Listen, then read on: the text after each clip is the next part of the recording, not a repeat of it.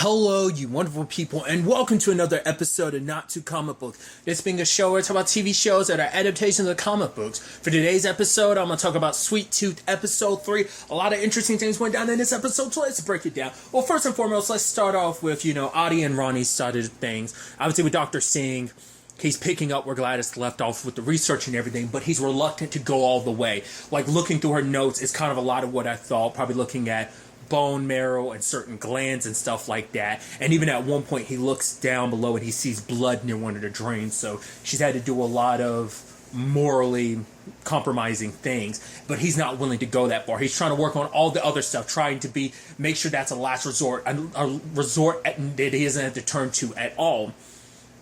So, and even Ronnie being like, yeah, there are other means of, because like the medication is starting to, I guess, like just like either the, because she's had it so long, she's the only person that's ever gotten it and it's lived this long. I'm sure for a multitude of reasons, but like because she's had this treatment, it's helped mitigate it. But now it's just maybe the virus is becoming so strong that like inside of her it's been so long that maybe it's starting to adapt. So the medication isn't lasting nearly as long, isn't as effective.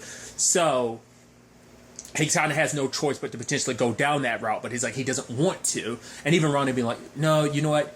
If anyone can find a humane way forward, it's you. Because for him, it's like, regardless, even if they're hybrids, at the end of the day, still half human. They're children at that. Like, so asking me to butcher them to get what I need from them, even if it is to protect the woman I love, it's just, because for him, it's like certain aspects of the medical field he enjoys. It's like oh man, helping people, get over like little things here and there. But it's like, this all brought him back to like, right, the sad part of being a doctor, basically decided who gets to live and who gets to die. So obviously they're going to like a party, and obviously he's reluctant to go because like it's like no, we don't want any symptoms to show, because it's like this medicine isn't as effective. You might start showing symptoms, and they've kind of made that clear, like you don't want it to be found out in this neighborhood that you're sick. Even they end up going by one of the houses, like, oh, let's just say parties aren't one of our things. It's like, remember what happened to the last person who said parties wasn't their thing, Hanson, and they look over and Hanson's house is burned out. It's like, well, no one liked Hanson, but at first I was like, really? Because he didn't like the party. But then I'm like, what's probably the deeper thing? And the later parts of the episode kind of revealed that. It's like, because he probably stopped coming out a lot at all, to the point people start getting, suspicious. They probably busted up in this place. Wait, and found out you're sick. Oh, and we find out how they respond to that. So we'll get to that in a second, but obviously it's like, right, we're going to have a code word, gargoyle will bounce out of there. It's like, oh, it's like a fun party and everything. It's like, ah, ha, ha, ha, ha, ha. But then like Ronnie's finger starts twitching like they're playing a game of like charades and stuff like that. And it's like movie version, or it might just be any version, but and they're winning and having fun, but the entire time like he's on edge, because it's like he even says the code word gargoyle. It's like, oh, are there any gargoyles? And they were referencing one specific movie. He's like, are there any gargoyles in it? And it's like, and she's like, it's okay, I'm fine, stop stressing about it. We end up finding out the person who's kind of leading the party, he lost his significant other Kelly to the sickness about 6 years ago. He's like, there were 3 years we had before the sickness took. I mean, granted, it could have been like any point in that 9-year period that it's kind of been.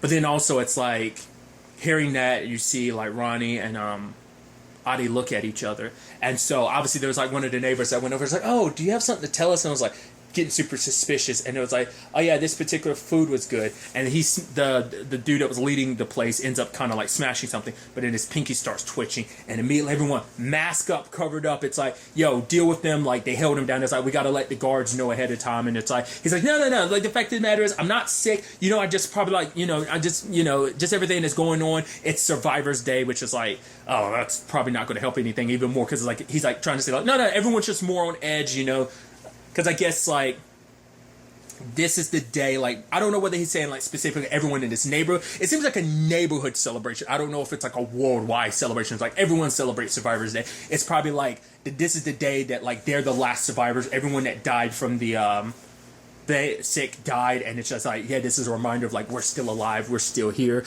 Might have lost some people along the road, but we're still here, so...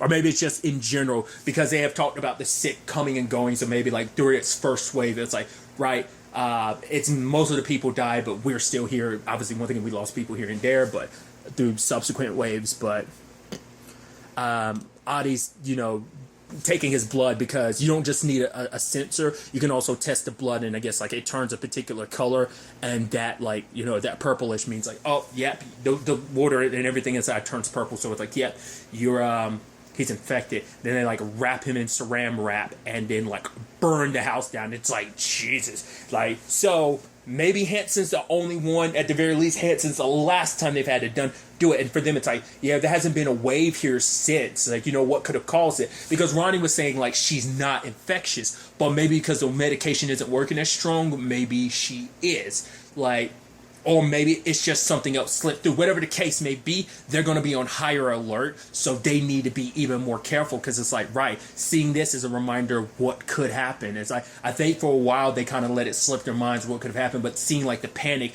they're trying to make sure no one in their minds is like, no, this is for the greater good, so no one else gets sick. We need to kill the infection. We're burning you and everything, your entire house, because no one can use your house, because this, you know, the sickness could spread that way too. So.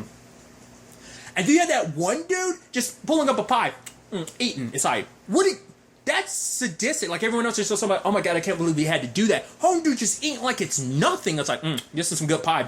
Too bad we had the party had to be ruined. It's like, Jesus. So that's even more, but this in itself could lead to an even bigger incentive for Addie, you know, to decide to go down that route, to like kill some hybrids if it means finding a cure for his wife, so that they don't find themselves under these circumstances. Because if he can find a cure, he won't have to worry about this in general, because like, right, everyone will be less on edge, and someone getting sick wouldn't be the end of the world. But it's like, right, me and my wife are actually on borrowed time, because if there's even one slip up, this could not just be her, it could be us. But more so, he's concerned about her, because he, you know, because it might be a thing of, hey, you're not infected, Adi, but we're just going to kill your wife. It might be that. Or it might be a thing of, no, you're going to burn too, because you hid your wife from us. You might not be sick, but you endangered this entire group, this whole cul-de-sac, this whole community. So, yikes. Once again, just showing you just how... Once again, you get where they're coming from. Like, this is for the greater good, but it's still just kind of like a sacrificing the one for the many type of thing. It just comes down where you, it's the end. It's not the end of the world, but it's the apocalypse and everything. So, kind of that side of self-preservation of, I'm gonna look after mine. I'm sorry about what happened to you, but I got to look after mine and everyone else. It's our responsibility. Even that song they're singing to basically all our old acquaintances don't be forgotten type of thing. But it's like, that song's ironic, I guess, to a certain extent, when you're the reason why they're going. It's like letting things naturally play out, quarantining them in their house. I guess it's like, we can't take the chance that you just be out and about, that you'll keep to your quarantine and just stay locked in your house. It's like, we can't guarantee that. Plus, the infection might stay around if, you know, if your house is allowed to stay, and like, we were in there, blah, blah, blah. So that's a whole thing. So that's interesting. I skipped over it, but there was this moment earlier when supplies dropped off, and Adi was kind of scared, because it's like, oh, is there going to be something in there? Is there going to be something in there? And he pulled out all these medical supplies, but there was nothing at the bottom. Now, the question is, it might not have been that long since Gladys got her last supply, so she might not need a re-up yet, but eventually, he was a sigh of relief, because like, good. But it still doesn't change the fact, eventually, some of that's going to get brought to Adi, and he's going to have to decide then and there, like, how it works, whether it's like a live one that's brought to him that he has to massacre, or whether it's like or dissect, and maybe it has to be live, and he has to get to it immediately, or maybe it being dead. Like, I'm sure either way, it doesn't make it any easier. Maybe it's worse if it's alive, maybe, because he has to be the one to kind of do the, like, removing of life. Like I said, all of this is kind of leading towards, he might need to expedite things, and he might have to cross the line that he doesn't want to if it means protecting his wife. So, complicated situation that Adi's found himself in, and it's going to get worse going forward. It's going to get worse before it gets better. So, we'll ultimately have to wait and see how that whole neighborhood situation plays out. If he's going to be able to find a way out of it, will he be able to find a more humane approach to the cure? We'll have to wait and see. So, we get back to Big Man, Tommy, and Gus, and we end up interestingly learning that there's a particular flower that grows. It's kind of like an omen of when like the sick is potentially going to come, which is like, why haven't you gotten sick? He is like, because I ate my Wheaties. And then like Gus kind of looks at me, he's like, I don't know, maybe I'm just lucky, maybe not. It does beg the question, like, why some got sick, some didn't, you know. I mean, that kind of still fills in with the whole Ronnie thing. Like, could it be that she is infectious now because the medication didn't work, or was there some other contributing fact? Because he did talk about the fact that he was getting pecan, so maybe he went somewhere he shouldn't have. And, you know, because it borderline's almost like an M. Night Shyamalan's, like, happening type of situation. It's not the same, but it makes you wonder, is it like something in the air type of, you know? So there's that angle to it. But obviously they drop off at one of Tommy's, you know, stashes, and they're kind of staying there tonight. Obviously, like, Gus goes through his trophies and stuff like that. One of them has the head knocked off, and he's like, yes, someone kind of lost their temper, which, you know, Gus is like, I understand that. Like, I threw dog in the fire, not actual dog. Once again, have to reference that because I don't want this to kind of be taken out of context. The puppet dog, he just named dog. So I feel like I have to clarify that with this being an audio podcast. Regardless of anything, I just feel like I don't want that taken out of context and just be like, oh, you're talking about burning an actual... No.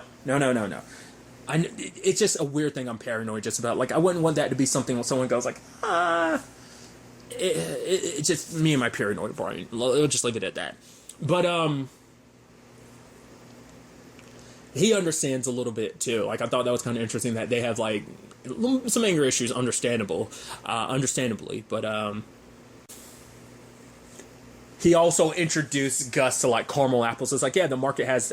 It's like, what's that? It's like, oh, like there's apples and they put caramel and say, oh, you like caramel? It's like, oh, what's that? It's like syrup, but even better. He's like, what? Something better than syrup? He's like, no way. There's no way there's anything better than syrup. Once again, it's just like those cute moments like that. But obviously, like, you know, he plans on taking him to the market, and then it's train day, and there's going to be a train to Colorado. So, but that night he ended up having a nightmare, and it's like he wakes up and like he's in like the mountains or something like that. Which I'm wondering, like, is that kind of like a vision of what's to come or what? But then he, you know, it's like, oh, I had a bad dream, and basically Tommy was like, yeah, you'll get used to him, which is like, that's a sad thing you kind of have to, considering what the state of the world.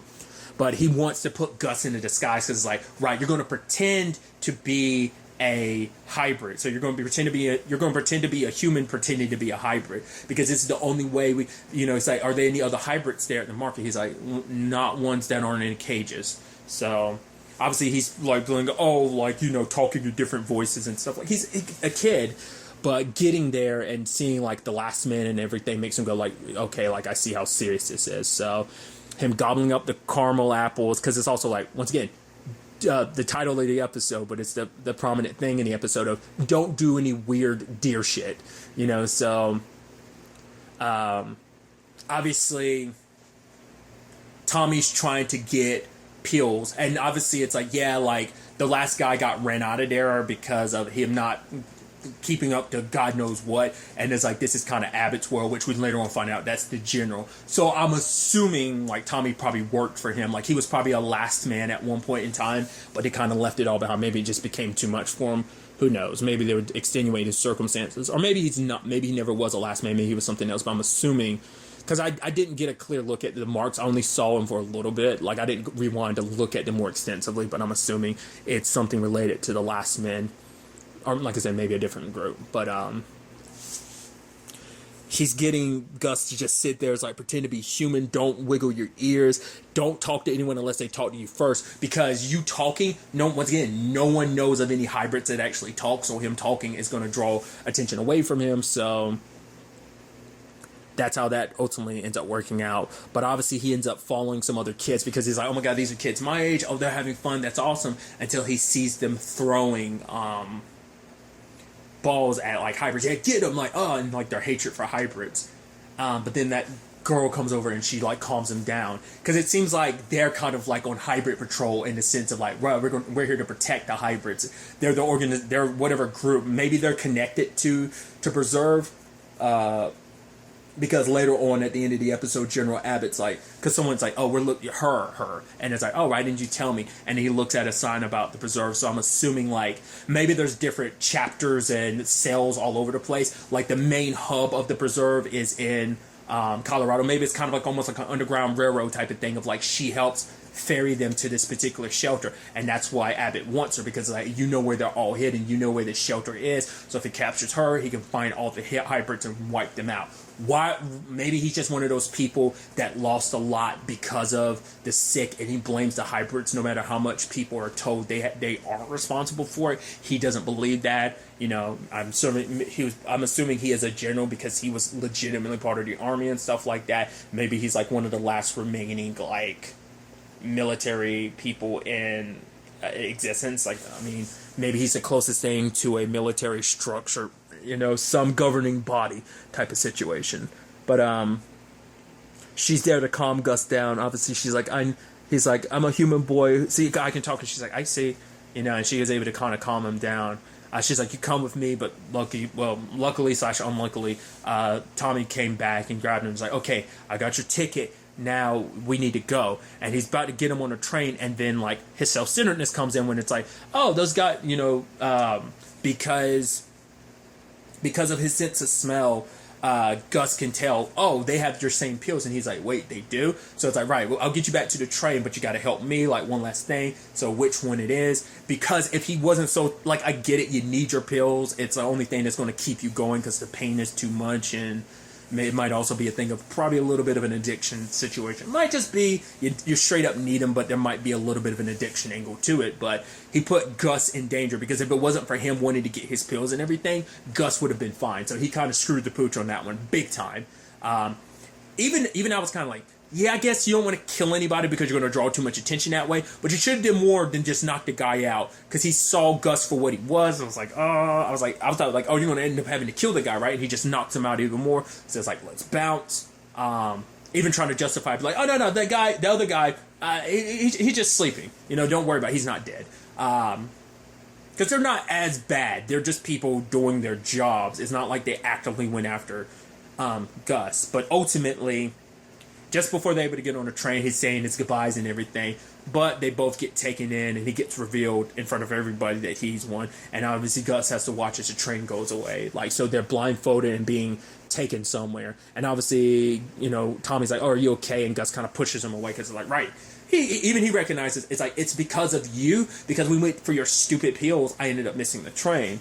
But the girl he had met earlier, as the narrator said, like, some people are just meant to lead and not follow. You know, so many stories intertwining. But the fact is that she leads kind of a resistance group, and to the point, I'm wondering, because we did see some people dressed like them last episode. I forgot to talk about it, but I'm assuming that's them. Like, maybe they were keeping an eye on Gus the entire time, maybe. Because at first I was wondering if they were hunters, like people coming, like they were the. I guess that's why they do what they do too. Like, why they wear it's to showcase their support of, like, right, you know, you want to go after, like, we'll be animalistic as well to, like, help our hybrid brethren and sistren, you know, because they don't deserve to be treated any differently.